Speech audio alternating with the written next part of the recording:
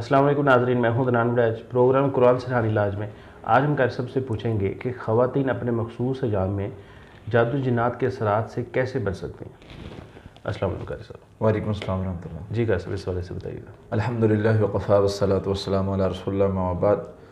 عدنان بھائی، ایک بات یاد رکھیں کہ یہ جو اللہ تعالیٰ نے نیچرل مسئلہ رکھا ہے خواتین میں، یہ ان کی کمزوری نہیں ہے، یہ اس اعتبار سے ان کی کمزوری نہیں ہے۔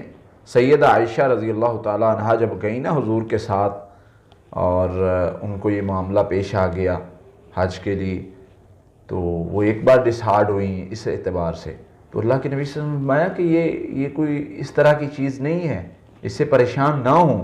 اور پھر وہ دوبارہ انہوں نے احرام باندھا اور وہ سارا واقعہ وہ ایک تفصیل سے ہے۔ تو بتانے کا مقصد یہ ہے کہ یہ کوئی ایسی کمزوری نہیں ہے۔ ٹھیک ہے، شیاطین جو ہیں وہ انسان کو اس وقت زیادہ حملہ آور ہوتے جب وہ زیادہ پاکیزہ نہیں ہوتا، جب وہ زیادہ اذکار میں نہیں ہوتا، اور خواتین عموماً ذکر و اذکار میں ان دنوں میں نہیں ہوتی، تو وہ اس کو آسانی سے حملہ کرنے میں مدد مل جاتی ہے۔ لیکن ان دنوں میں پڑھائی کرنے سے نہیں روکا گیا۔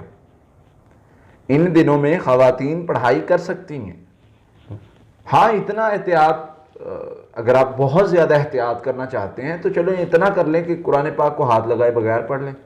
بعض علماء اس سے دلیل لیتے نا، لا یمسہ الا المطہرون، قرآن پاک میں ذکر ہے کہ کوئی اس کو نہ چھوئے جب تک پاک نہ ہو، تو وہ اس سے کہتے ہیں کہ خواتین جو ہیں وہ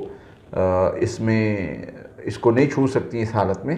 لیکن دوسری حدیث بھی تو سیدہ عائشہ کی بھی تو موجود ہے نا، جو اللہ کے نبی صلی اللہ علیہ وسلم نے کوئی چیز پکڑانے کے لیے کہا کہ وہ مجھے 2 حجرے میں آئے حضور اور فرمایا کہ وہ چیز مجھے پکڑاؤ، تو انہوں نے کہا کہ میں تو حیض سے ہوں، میں نہیں پکڑا سکتی آپ کو، آپ اتنے پاکیزہ شخصیت، نبی صلی اللہ علیہ وسلم سے زیادہ بھی پاک کوئی ذات ہو سکتی ہے اس دنیا میں، بے شک کوئی بندہ نبی صلی اللہ علیہ وسلم سے زیادہ پاکیزہ نہیں ہے۔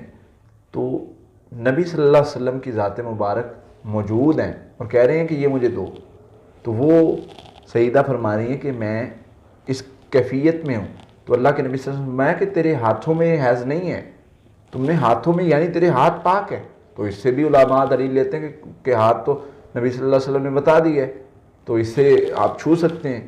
تو بہرحال اگر آپ احتیاط کرنا چاہیں، ادھر 2 موقف ہے، تو آپ بہتر موقف کو اپنا سکتے ہیں۔ آپ اگر زیادہ احتیاط کرنا چاہیں تو ہاتھ نہ لگائیں، لیکن زبانی پڑھ لیں۔ پڑھنے سے ممانعت نہیں ہے کہ آپ پڑھیں نہیں، حفاظتی پڑھائی یہ تو پہلے دور کے لوگوں کا طریقہ تھا کہ جب خواتین کے ساتھ ایسے معاملات ہوتے تھے مخصوص ایام میں ان کو الگ کر دیا جانا، ان کے ہاتھ کا کچھ نہیں کھانا۔ اسلام نے یہ تربیت نہیں کی، اسلام نے یہ چیزیں نہیں بتائیں کہ آپ اتنا زیادہ اس سے یہ کمزوری ہو گئی عورت کی اور عورت جو ہے وہ بے بس ہے۔ اسلام نے عورت کو بے بس پیدا نہیں کیا، اسلام نے عورت کو طاقت دی ہے، مضبوط بنایا ہے، اور ذکر کے ساتھ اذکار کے ساتھ ماشاءاللہ میری مائیں بہنیں، میں آپ کو بتاتا ہوں بہت ساری ایسی خواتین ہیں جو ذکر اذکار اور عبادات کر کر کے اتنی مضبوط ہو چکی ہیں کہ جن جادو ان سے ڈرتے ہیں، جن ان سے ڈرتے ہیں، مردوں سے زیادہ مضبوط ہیں، جن کو اللہ نے ایمانی قوت دی ہے، تقوی کرنے والی اور توکل کرنے والی، وہ کمزور نہیں پڑتی ان چیزوں سے۔ تو وہ جو بھی ایسے معاملات ہوتے ہیں ان میں آپ پڑھائی کرتے رہیں، آپ پڑھائی کے ساتھ جڑے رہیں، باقی اللہ تعالیٰ کی ذات خیر کرنے والی ہے، معاملات بہتر کرنے والی ہے، تو پریشان ہونے کی ضرورت نہیں ہے۔ اگر ایسے معاملات بنتے ہیں آپ حفاظتی پڑھائی کرتے رہیں، سورہ فاتحہ ہے، آیات الکرسی ہے، سورۃ البقرہ کی آخری 2 آیات ہیں، آخری 3 کل ہے، یہ تو زبانی انسان کو تقریباً ہر بندے کو یاد ہوتا ہے جو قرآن پاک کو تھوڑا بہت بھی سمجھتا ہے۔ تو یہ پڑھائی آپ صبح شام کریں، آپ پر جادو جن کا حملہ ہو ہی نہیں سکتا۔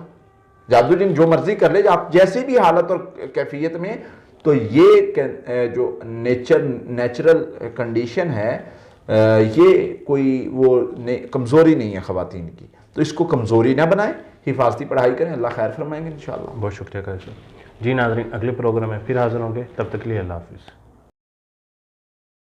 قاتلوهم يعذبهم الله بأيديكم